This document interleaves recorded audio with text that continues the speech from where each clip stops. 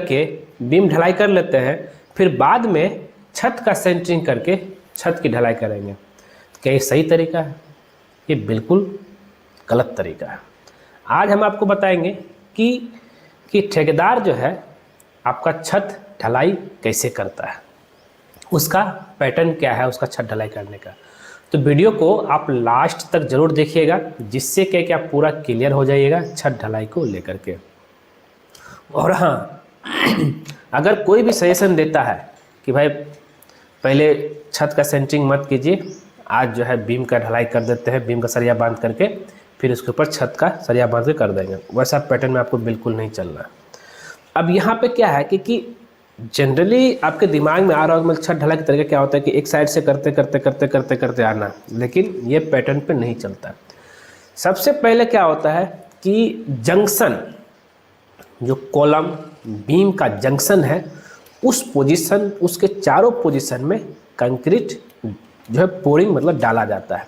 और साथ ही कंक्रीट डाले तो ठीक है, उसके साथ आपको उसको concrete vibrator, hand vibrator use कीजिए, चाहे डीजल वाइब्रेटर यूज कीजिए, चाहे आपका इलेक्ट्रिकल कंक्रीट वाइब्रेटर यूज कीजिए, आपको कंपैक्शन के लिए करना ही करना है।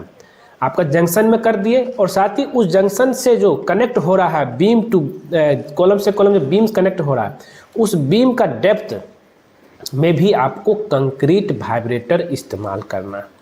ये सब बहुत ही ज़रूरी जानकारी है, आपको इसको ध्यान में लेकर के चलना। तो हम आपको उसका पैटर्न बता देंगे।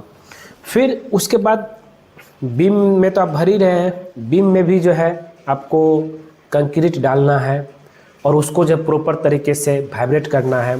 हाँ, याद रहिए अगर गलती से अपने कंक्रीट वाइब्रेटर मारना यूज करना भूल गए हैं तो भाई बीम में खोखला आ जाएगा, हनीकम आ जाएगा। क्योंकि जब कंक्रीट हम लोग डालते हैं तो उसके बीच में एयर वॉइड बन जाता है, सरिया और कंक्रीट के बीच में। उस एयर वॉइड को निकालने के लिए जो है हम लोग क्या यूज़ करते हैं, कंक्रीट वाइब्रेटर। कंक्रीट वाइब्रेटर क्या करता है, उस एयर वॉइड को पूरा निकाल देता है।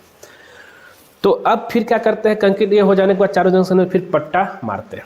अब हम इसको एक एक करके आपको समझाते हैं तो आपको क्लियर हो जाएगा, ज़रा ध्यान दीजिएगा। ये मेरा छत है, ठीक है। इस छत में सबसे पहले, जैसे अगर हम आप देखेंगे यहाँ पे, ये यहाँ से यहाँ तक ये आपका जो है बीम, ये बीम गया हुआ है। ये बीम जो है इस कॉलम से इस कॉलम तक कनेक्ट हुआ है, फिर ये आगे तक भी गया हुआ है और ये फिर जो है यहाँ से इस कॉलम तक कनेक्ट हुआ है, फिर ये यहाँ तक कनेक्ट हुआ है, ये फिर आगे गया, ये भी आगे गया, यहाँ तक आया। तो अब क्या है कि सबसे पहले इंपॉर्टेंट क्या है कि जंक्शन को, मैंने क्या बोला था कि हम चार, यहाँ पे जो है 4 पॉइंट पे बात करेंगे, ठीक है। जब 5 पॉइंट पे बात करेंगे। पहला क्या है, जंक्शन। जंक्शन में आपका कंक्रीट पोर करना है, ठीक है। दूसरा पॉइंट पे बात करेंगे, जितना जंक्शन आप यहाँ पे देख रहे हैं, कॉलम और बीम का जंक्शन, इधर से बीम आ रहा है, इधर से बीम आ रहा है, इसके जगह पे करना।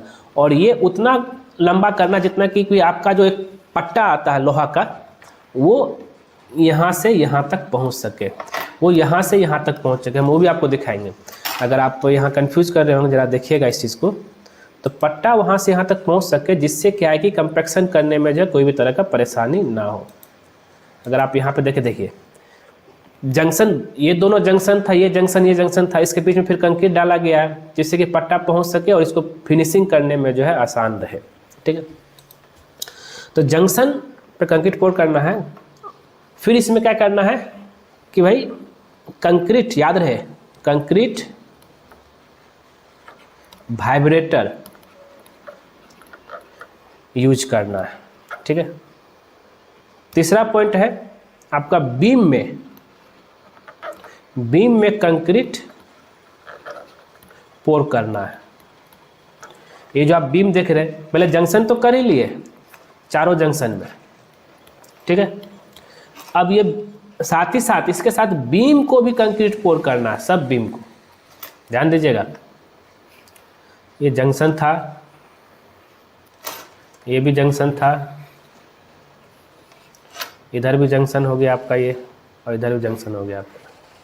फिर बीम में कंक्रीट पोर करना है सब जगह से, चारों साइड से बीम में कंक्रीट पोर कर लिए।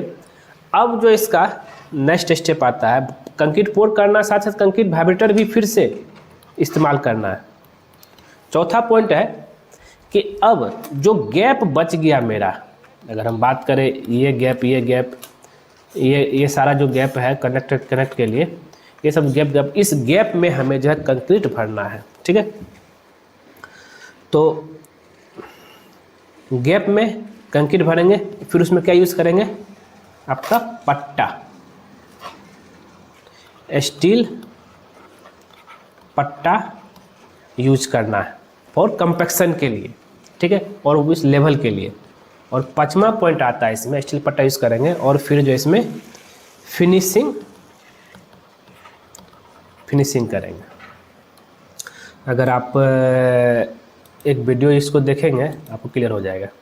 तो सबसे पहले हम लोगों ने यहाँ पे क्या किया, चारों जंक्शन में हम लोग जब भर दिए, फिर उसके बाद जो है जो जितना हम लोग जो जगह छोड़े थे दो जंक्शन के बीच में कंक्रीट वहाँ पोर कर दिए, तो उधर वाला लेवल में था, इस साइड का लेवल था, जंक्शन का लेवल था। लेवल के लिए आप क्या कीजिएगा, एक जो है 5 इंची का सरिया में एनफोर्समेंट में 5 इंची मार्किंग कर दीजिएगा, और इसको जो है ऐसे डाल करके जो है कंक्रीट में चेक कीजिएगा कि भाई कि वो जो है पूरा लेवल में है या नहीं। तो इसी तरह से जंक्शन जब भरेंगे उस समय कर देंगे तो फिर छत में करने की ज़रूरत नहीं पड़ेगा। अब आप यहाँ पे देख रहे हैं तो जंक्शन के बीच में अब कंक्रीट भरा जा रहा है, सारा जंक्शन के बीच में। आप हाफ एरिया ले सकते, ऐसा नहीं मतलब कि सब पहले पूरा छत में ऐसा कर देंगे, नहीं, आप हाफ एरिया छत का ले सकते हैं, पहले उसको भरिए, चाहे एक रूम के हिसाब से ले सकते हैं, फिर दोनों के बीच में भर के देखिए। अब यहाँ पे आराम से फिनिशिंग हो गया, और जहाँ जहाँ फिनिशिंग नहीं है वहाँ फिर से जो है मैनुअल जो आप यहाँ पे करनी से आप फिनिशिंग कीजिए। तो यही एक तरीका है जिसके वजह से ये आपका जो आप देख रहे हैं ले लोहा का पट्टा है, इस पट्टा से जो ठोक ठोक करके जो है कंपैक्शन किया जा रहा है। अगर आप चाहते हैं यहाँ पे तो कंक्रीट वाइब्रेटर भी इस्तेमाल कर सकते हैं, और लेकिन थिकनेस 5 इंची है, इसमें निडल जाएगा ही नहीं, तो लेकिन आप सुला कर यूज़ करना चाहते कर सकते, कोई बड़ी बात नहीं है। तो ये सब चीज़ हो गया आपका जो है छत ढलाई को लेकर के, कि आपका ठेकेदार जो है किस हिसाब से आपका छत ढलाई करेगा। तो 5 मिनट मैंने बताया। उम्मीद करते हैं ये वीडियो आपको पूरा क्लियर हो गया होगा, और अगर ये वीडियो आपको पसंद आया ज़रूर इसको जो है लाइक कीजिए, शेयर कीजिए, कमेंट कीजिए, और ख़ास करके हमारे